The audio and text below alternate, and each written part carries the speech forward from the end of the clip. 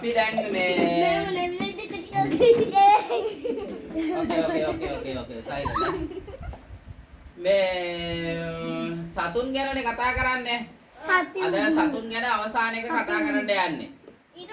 දැන් බලමු ඔයාලට මතකද කියලා ඉස්සල්ලා කියන්න බලන්න කකුල් දෙකේ සත්තුන්ට කියන නම මොකද්ද? දෙපා සතුන්. කකුල් හතරේ සත්තු. කකුල් හතරේ සත්තු. දෙපා සතුන් කියන්නේ කකුල් දෙකේ සත්තු. එතකොට කකුල් හතරේ සත්තු. සිව්පා සතු. කකුල් ගොඩක් තියෙන සත්තු. බහුපා. බහුපා පාද නැති අයට තමයි කියන්නේ උරග සතුන් කියලා.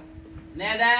කකුල් දෙකේ සත්තු, දෙපා සත්තු, කකුල් හතරේ සත්තු, සිව්පා සතුන්, කකුල් ගොඩක් තියෙන අය බහුපා සතුන්.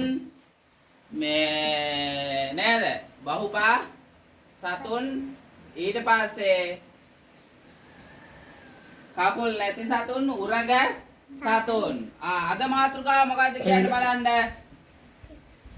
අද මාතෘකාව මොකද්ද ළමයි? ශාක භක්ෂක සතුන්. නෙවෙයි අද කතා කරන්නේ. හරියට බලලා කියන්න මාතෘකාව මොකද්ද කියලා? සර්ව භක්ෂක සතුන්. පුතා ඔයා කෙටින් වාඩි වෙන්න. සර්ව භක්ෂක සතුන්. ශාක භක්ෂක සතුන් කිව්වේ ශාක පමණක් ආහාරයට ගන්න සත්තු. මාංශ භක්ෂක සතුන් කිව්වේ මාංශ පමණක් ආහාරයට ගන්න සතුන්. ළමයි සර්ව කියලා කියන්නේ සියලු කියන එක.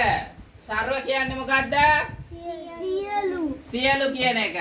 එතකොට මේ සර්ව භක්ෂක සතුන් කියන්නේ මෙයාලා ශාක කොටසුත් ආහාරයට ගන්නවා, මස් මාංශත් ආහාරයට ගන්නවා. මේ ඕනිම දෙයක් කන කට්ටියට අපි කියනවා සර්ව භක්ෂක සතුන් කියලා. දැන් මිනිසාත් සර්ව භක්ෂක සතෙක් නේද? මිනිසාත් සර්ව භක්ෂක සතෙක්. ඇයි අපි ශාක කොටසුත් කනවා, ඒ වගේම සත්තුත් කනවා අපි. කනවනේ සත්තු අපි කැරපොත්තෝ, ඌණෝ, කටුස්සෝ. ඒක කන්නේද? කුකුල් මාස්, ඌරු මාස් නේද? අයියලි මාස්. ඒක තමයි ඔච්චර දැඟලිල්ල. ඉත්තේ මාස් ඒ උනට ඉත්තේ එහෙම මරන්න තහනම් නේද?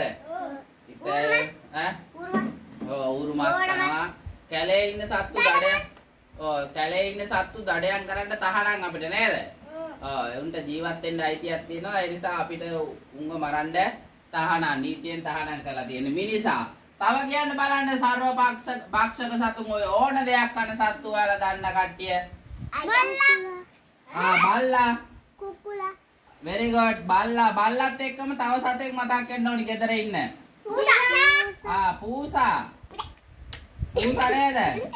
ඊළඟට අර දුව කිව්වා කුකුලා කියලා. කුකුලටත් ඕනි මල ජරාවක් කනවා. නෑ මං කිව්වේ මල ජරාව කිව්වේ. කුරුල්ලා බෑ පුතේ.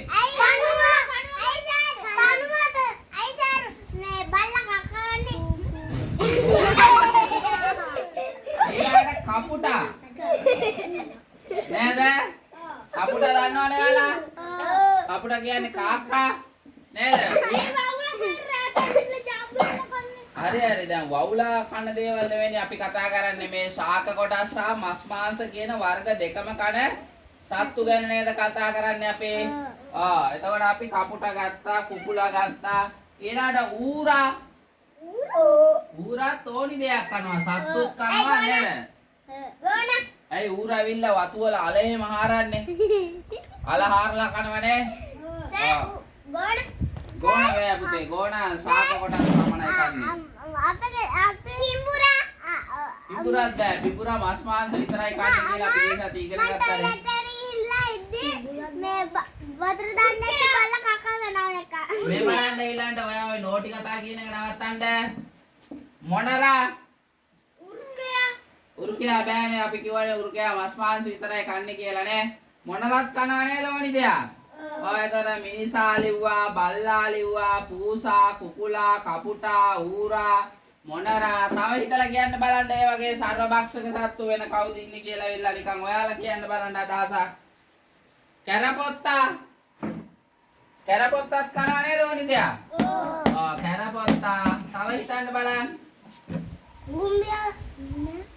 භූමියා සත්තු කන්නේ නෑනේ. මත්තේ මකන්නේ.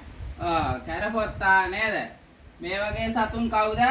සර්වභක්ෂක සතුන්. සර්වභක්ෂක සතුන් කියලා කියන්නේ හැමදේම කුරුල්ලා බෑ. මයිනා පුළුවන් ඕන්න. මයිනා ඔයාලා දැකලා තියෙනවද මේ පණුව කනවා? නේද? පණුවත් කනවා ඒ වගේම ඔය තැන තැන දාලා තියෙන දේවල් ආහාර කොටස් සහින්දලා කනවා නේද? දැකලා තියෙනවද? ලියා ගන්න බලන්න එහෙනම් මේ ටික. ලියලා අරන් එන්න බලන්න. සර් මාළුවා.